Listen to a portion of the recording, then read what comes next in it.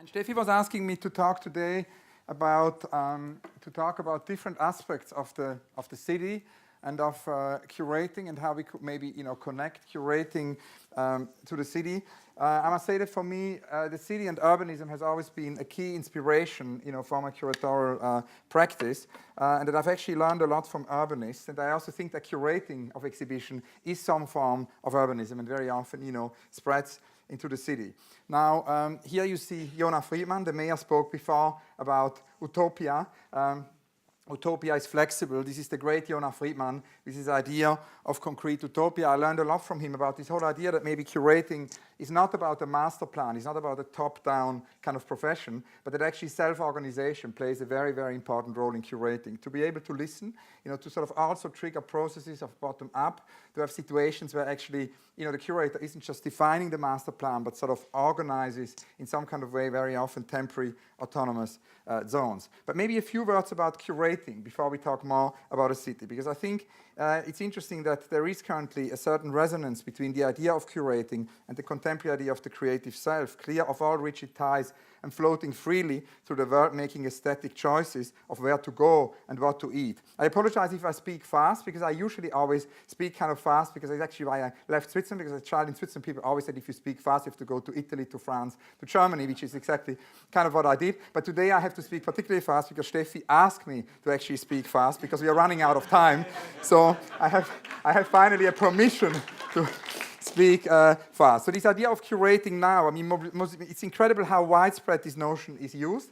When I became a curator, I told my parents, as a teenager, I want to become a curator. They were very happy and reassured because they thought I'm going to go into the medical industry. At that time, it was an extremely obscure profession. Today, museum brochures invite members to curate their own membership. Musicians and DJs are asked to curate music festivals, radio shows and playlists, hotels, decor schemes, and book collections are listed as curated by stylists. A celebrity chef is described as the curator of the food trucks in New York's Highline Park. The writer Mike Davis criticized Barack Obama, and that's kind of funny, by describing him as the chief curator of the Bush legacy. On his blog, Kanye West writes, "If I had to be defined at this point, I'd take the title of an inventor or maybe curator," so the music context. The president of a chain of housewares says, "We act as a curator, scoring the world for what we refer to as the best on-planet products," writing about his poker travails. Colson Whitehead reports, "I wasn't depressed, I was curating despair." So curating is really being used in a greater variety of contexts than ever before, in reference to almost everything from an exhibition of prints by old masters to contents of a boutique wine shop. So the current vogue for the idea of curating stems, I think, from a feature of modern life that is impossible to ignore, which is obviously also at the core of DLD, the incredible proliferation of ideas, of information, of images, of disciplinary knowledge, of material products that we are witnessing today.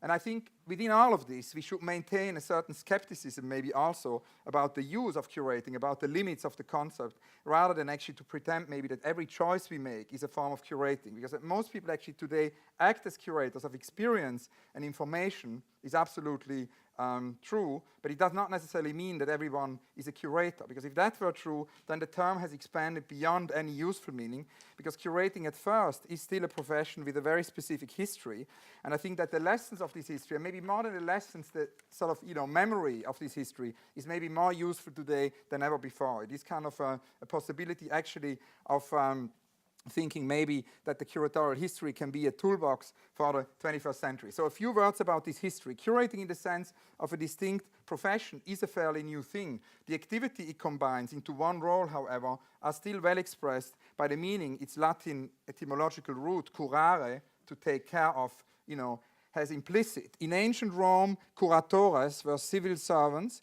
who took care of some rather prosaic, if necessary, functions. They were responsible for overseeing public works, including the empire's aqueducts, bathhouses, and sewers. In the medieval periods, the focus shifted to a more metaphysical aspect of human life. The curatus was a priest who actually took care of the souls of a parish. By the late 18th century, curator came to signify the task of looking after a museum's collection. Different kinds of caretaking have sprung from this root, word over the centuries, but the work of the contemporary curator actually remains surprisingly close to Curare's sense of cultivating. That kind of notion of cultivating, of growing, of pruning, and also trying to help people and their shared context to thrive is still implicit in this idea of a 21st century curator. Over time, however, the idea of curating has become associated more and more closely with the modern cultural ritual, which we call the exhibition.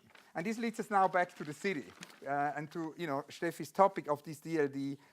Today, the art exhibition in particular has its roots in the processions of the late medieval age, which we flow actually of people through a city during the annual and seasonal festival, provided this opportunity for artisanal craftsmen to display their creations to the passing crowds. So it was really this idea of spreading, into the city. In the medieval guilds, apprentices were required to exhibit their best objects in this way. And that's kind of the beginning, one could say, of curating. And it's also the beginning, really, of my kind of experience, as a curator with the city. We did this exhibition, Cities on the Move, which was very inspired by an urbanist, by Cedric Price, and his idea of the Fun Palace. Cities on the Move was an exhibition which moved all over Europe. Here you see one of the incarnations, which was actually invented, one can say, and designed by Rem Koolhaas and Ole Scheren, who spoke here earlier today. Here the torture chamber of architecture. Here the pavilion of Shigeru Ban outside. Here stacked models, really this idea of an urbanism of models. The idea was that the city wasn't kind of a representation of the city, but it was really a performative space. The exhibition space became a city. Here the red light district. And the idea was really to bring together a sort of an idea of this mutation of Asian cities in the 90s. Here, for example, the street with a tuk-tuk by Rikri Tiravanisha and Navin Ravanchaikul. One could drive through the exhibition. Here, the whole idea of an archive, of a store. It became interactive. It really functioned as a city. Beyond that, the idea of Museum in Progress as a museum which actually brings art into the city. We had this idea with Joseph Ortner and Catherine Maison that exhibitions could happen anywhere, so on airplanes, in the opera. Here we have Cy Twombly doing the large-scale image. It sort of seems to advance on its own. This is a self-organized thing. It sort of basically shows this idea that art can pop up very often where we expect it least. We have to somehow fix this because it sort of keeps jumping. So I don't know. Sorry? Indeed. So the thing really is that when I moved to London in 2006, mentioned before, the Serpentine Gallery, Julia Peyton-Johns, the director, and I, started this idea of, co-directing an institution and inventing a 21st century vision of how actually an expanded notion of an art institution could be. So one of the first things we did was this idea to take over Battersea Power Station. Battersea Power Station, one of the greatest buildings in London. Many of you will pass it by. It's been abandoned and empty for a long, long time. And we felt, as an urban strategy, it would be very, very interesting to actually use this building and give it a new life. So we did China Power Station. As it's such a huge site, people had to actually, go on their bike and experience the exhibition on a bicycle. Here you have Huang Yongping, animals watching themselves on a video, 1 million apples of Gu Dexing as an installation, and many, many moving images. There's extraordinary cinema context, also of animation in China, and the huge spaces in Battersea Power Station, kind of allowed us to really show this work, extensively. Here the pavilion, and that's an important thing because Julia in 2000 with Zaha Hadid invented this idea of a pavilion which would be every year an architectural commission in front of the Serpentine Gallery. And for Battersea Power Station we reused the Toyo Ito pavilion, which you see here, as a cafe but also as a shop, and it became kind of reused, and it gave this whole neighborhood and this whole area of Battersea a kind of a new life. And this idea really, Robert Musil wrote a beautiful book, my favorite book ever, The Man Without Quality, Mann ohne Eigenschaften. And there he says, art can appear where we expect it least, which in relation to the city is such an important thing. The same thing is true for architecture. Architecture can appear where we expect it least. There is this little, piece of land in front of the Serpentine, and that's where this annual pavilion happens. And there really the idea is to do an extension every year, where we can have a new experiment of architecture realized. But it creates a forum in the city. It's a place where people can gather. It's incredibly open. It's architecture for all. It's free admission. Many people don't really plan to go there. They meet it on by chance. And it starts in the morning at 6 a.m. The joggers come and they find unexpected views of the building. And here you see it in the middle of the night. It's almost like an open air concert. Here's the Rem Koolhaas, Cecil Balmond Pavilion. We there invented this idea of doing 24-hour marathons, and that's a collaboration also with Steffi and DLD, where we actually have these non-stop. Here you have Doris Lessing, 24 hours or 48 hours knowledge festivals, which try to bring really all the disciplines together and create a kind of a forum in the park of an idea, of exchange.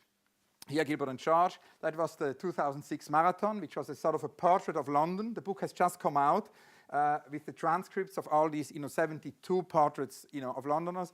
The year after, we had Olafur Eliasson and Kjetil Thorsen design the pavilion. Here you see this pavilion, and the idea was that it became a laboratory, and Olafur felt that we had spoken enough the year before. It's now time for experiment. So the experiment marathon had happened. The pavilion became a kind of an agora for experiment, for public experiments, where experiments could be in public. John Brockman of Edge, the great founder of Edge, developed it as a project of formulas for the 21st century. So he invited many artists, architects, scientists to give us their formula for the 21st century. And many, many people came and made an experiment. These could be experiments like here, the artist John Baldessari, who transformed a glass of water into a glass of wine, back into a glass of water. Here are some of the formulas. The late J.G. Ballard, or also, John Baldessari's formulas. All of these you can find on the Serpentine website or on the Edge website. It was really a collaboration. The year after, and that's another connection to the city, because these pavilions are always very much connected. Of course, the city, the park, the Serpentine. This is Frank Gehry. And we felt, Frank's pavilion was so open, completely open. So it sort of gave a view on the gallery. It was kind of a completely open passageway. And we felt that it would be important to sort of also thematize, because many artists were always intrigued by that Hyde Park Corner is very near the Serpentine. This idea of it being a bastion of free speech. And so we invited 100 participants to give us a manifesto for the 21st century, to kind of, thematize this idea of what could be free speech. Of course, in the age of the internet, where maybe more happens, also in a different way than at that very spot, at Hyde Park Corner, where free speech used to be expressed and still is expressed. And the idea is really that every year we try to find a topic which is both relevant, for the site here, but also digitally, relevant. Here, for example, Kate Hardy doing her performance in the pavilion. The year after, and I'm accelerating because I know we are running out of time, we have Katsuo Sejima and Nishizawa's pavilion, the Sana pavilion, mirroring all the surroundings, being completely, it's almost a chameleon thing. The pavilion was almost invisible because it mirrored the park so strongly. And we did a marathon about poetry. The idea was that, artists were invited to read poetry. Here, the legendary French filmmaker Agnès Varda, who for the occasion disguised as a potato.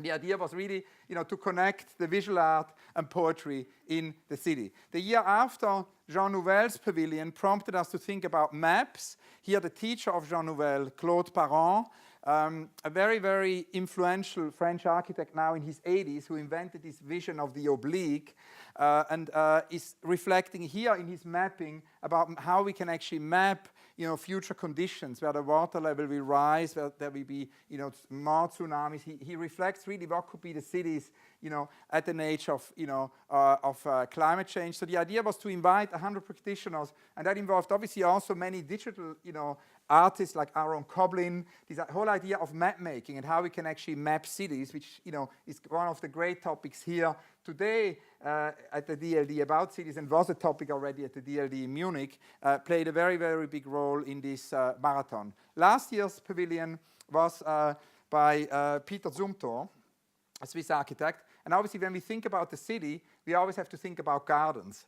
The whole importance, in London, the whole idea of the parks, the pavilion is in a park. So Zumthor built this pavilion, and in the pavilion suddenly was revealed this secret garden. So it was almost like a cloister.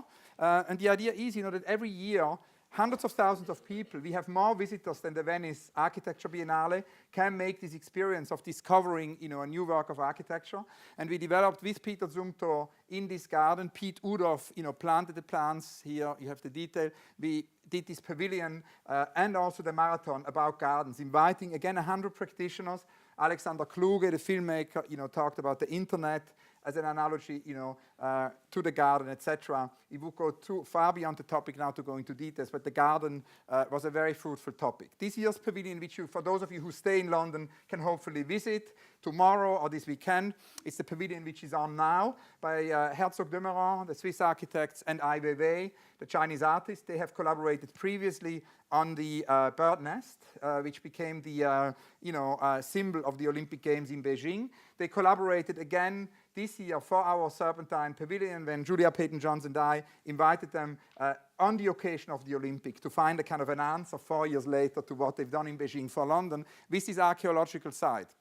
And the idea is really that for the first time, the pavilion did not go up at all. It's only about 1.50 meters above ground, so that it's completely free. And it all goes into the ground, archaeology. And for them, it is very important that in the city of the 21st century, we think about memory. For them, and that's something also which I think many artists at the moment reflect upon, maybe at an age when we have more and more information, that does not necessarily mean that we produce more memory, and that maybe there is a certain aspect of amnesia also very much at the stake of the digital age, and that we need to think about what memory means in the 21st century. And this kind of, it's not the memory palace. I mean, you can always think, there was the Crystal Palace, 1851, there was, Cedric Price's Fun Palace in the early 60s as an unrealized project. We could think, is it a memory palace? But it's not really a palace, it's maybe a memory forum. And in this memory forum, we have basically a lot of conversations, performances. Here, for example, Oscar Murillo's Park Night, last week, which was a form of performance. And we're going to have this marathon on the 13th, 14th of October, which is the Memory Marathon, where basically artists, scientists, architects will reflect upon the topic, of memory in the 21st century. If we think about the city and about art, the last point I wanted to make is this whole idea and curating of unrealized projects. I think it's incredibly interesting. Said once did a great book. It's called Unbuilt America. I recommend it to all of you. It's a book from the 70s. It's one of my favorite books ever. And it really is about all these ideas there were which were never built. No? And very often they are projects which could have been built. Concrete utopia. So I've been collecting and gathering archives on unrealized artist projects for more than 20 years. We've gathered so far about 2,400 projects. It's the agency of unrealized projects. And the idea is that, many of these projects obviously fall between the stools. There are projects which have been too big to be realized or too small to be realized, projects which have been censored, or just simply also projects which don't enter in any of the boxes of where art would take place. Not a biennale, not a museum show, not a gallery show. When artists, like here in the 60s, Gilbert and George wanted to do a living sculpture as a Christmas crib, which remained unrealized with them, as living sculptures in it. Or we have Richard Wentworth's very interesting project for London of actually doing this bridge, connecting, the Thames, St. Paul's Cathedral, to the new Tate. And the idea was really to do not a straight bridge, and at the end they chose a straight bridge. His idea was to have a kind of a zigzag bridge, on the river. Last but not least, Michelangelo Pistoletto's project, and that's maybe a very important thing if you think about the future of cities. I always remember my last conversation with the late Cedric Price, the visionary architect, and he was always saying, we need somehow to re-inject oxygen into the city. And he wanted to basically have this extraordinary project for New York, where he just wanted to not have anything built in a certain part of Manhattan. It would almost become a kind of a re-injection of oxygen. And in a similar way, Pistoletto's Unbuilt project is actually this idea that there would be a free space in the middle of a city. We somewhere had an image, but anyway, maybe it's nicer you imagine that free space. Thank you very much.